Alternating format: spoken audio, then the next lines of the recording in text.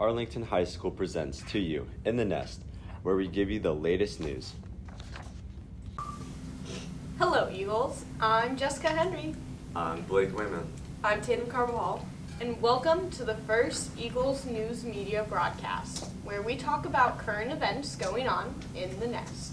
Breaking news, there's a new COVID public announcement. COVID lockdown started on March 13th, 2020. Everyone stayed 6 feet apart, wore masks, stayed indoors. How do you feel that COVID is coming to an end? I'm glad that we're moving on because I feel like the initial response that we had was appropriate, and now we have to learn to live with this virus that's clearly in our, it's now in our backyard. It's here to stay, and I think that it's good that we are moving forward, and we've got a lot of new treatments and things that we know about COVID that we didn't know then. So. Now, after 3 years of worrying about COVID, it isn't a public emergency starting May 11th, 2023. Now that we're moving out of pandemic protocol, we are able to have more events like Swing into Spring. So let's swing into this story.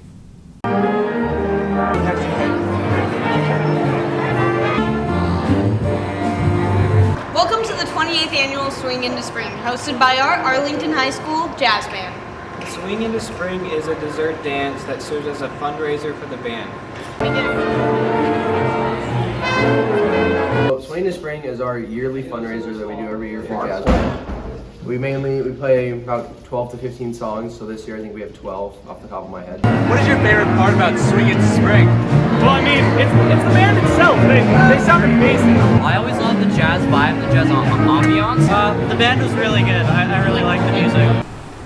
239 tickets were sold for Swing into Spring, which raised them a total of $3,585 minus the expenses for the event. This money will continue to fund their program. Okay. Talking about the new technology, let's talk about the effects it has on our students.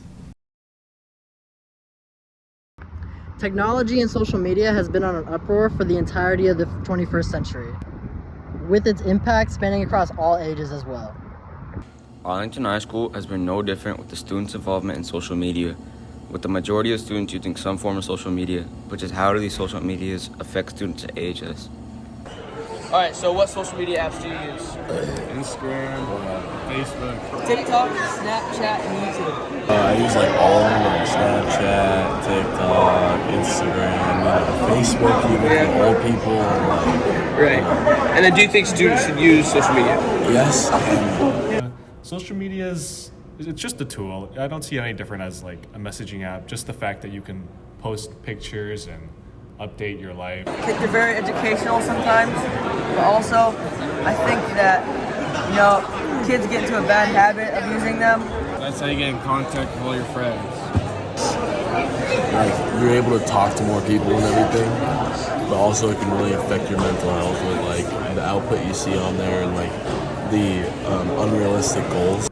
Obviously, there's downsides.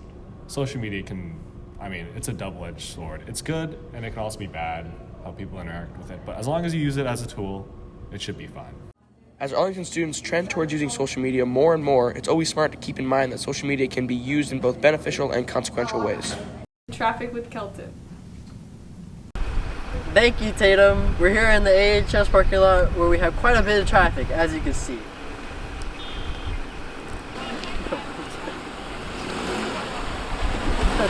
Go away.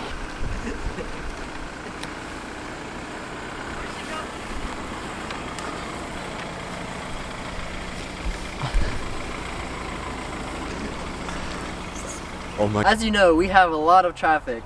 Be careful while driving. Nobody wants to have higher insurance rates. Drive safe, Eagles. And make sure you have a parking pass. Let's branch off into FFA's Plant Sale. On May 5th, here at AHS Greenhouse, the FFA Plant Sale took place. Yesterday was our first day, and we brought in a little over $1,000, but it was our early access sale. So we're hoping to do better today. And in years past, we've been somewhere in the neighborhood of $5,000. We then asked Ms. Nemnick what the money was going towards. primarily for our trip to the state FFA convention, which actually will happen next week. We will take a team of students that have been preparing for the veterinary science contest over to compete. FFA's Plant Sale at Arlington High School for the 2023 school year raised just over $4,000. Back to you in the nest. Okay. Just as the plants bloom, so does the stress from the last quarter of school. As we kick into May, not only are the flowers blooming, but the overwhelming stress of students of the last quarter of school, as well as the never-ending pile of exams and late homework. Now let's talk to a few students about the end of the year. It's so easy. I'm literally not doing anything. I'm not learning anything. We're just sitting around in our classrooms gossiping. But the fact that I still don't want to be here. And the fact that I actually have to do finals, like I'm sweating that I have to do finals. I didn't have to do finals because we had COVID. Yeah, I'm a little stressed out, worried about my grades, but kind of happy that school's almost over. There's really nothing compared to what they're doing because they're trying to succeed and finish high school. I'm just trying to get through the small portions of it, so I can't really compare it to anything. It's definitely been a year. I feel like junior year is probably the hardest for a lot of students, especially when you're packed with like AP classes, and I'm taking 8 classes instead of the normal 6, so it's a bit of a longer day for me than most. But it's definitely stressful for all of us, and we all have like the need to do good. It hasn't been too stressful for me. A lot of things are just kind of wrapping up. Like I take an AP class that's already over, so that's nice to just have a free period kind of. It's the best thing you can do is push through, because if you stop and you lay down and sit down for a second, then it sort of piles up and keeps building up and you're never going to get to it. Quarters, right? And you start off strong. You know, the middle part's the most important part where you have to really push it. And now these kids are tired from pushing it, so you got to make a decision. When it starts to get painful, what do? Do you give up or do you keep pushing on? And so my advice is you started the race, you've done a good job up to this point, so finish the race even if you don't want to finish. Finish strong, because when you finish the race, when you finish the school year, you're going to feel so much better about yourself and what you did. Otherwise, there's that, oh, I should have done this. I should have done better here. And so, you know, finish your classes strong. Even if you don't want to do the work, because summertime's going to be here right before you know it. And I want you to enjoy summertime, knowing you did the best you could on the last lap of the race. You're stronger than you think you are, and whether you think you can or you can't, you're right. So, think you can. But the quarter's not over yet. Let's head back to Blake to get to the next story. Don't lose hope yet.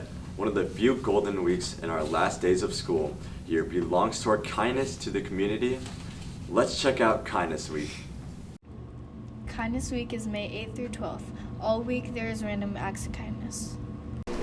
Who's the kindest person at Arlington High? Sophia Barkley. I'd say Grace Davis. I think Jersey Walker. Bryson? Jersey Walker. All right. We think the kindest person at the school is Caden John Heights. I can't just choose one. I am a part of a leadership, which I feel like I have a lot of kind individuals. Be kind, Eagles. That wraps it up, Eagles. Thank you for tuning in to the first episode of In the Nest. Soaring out.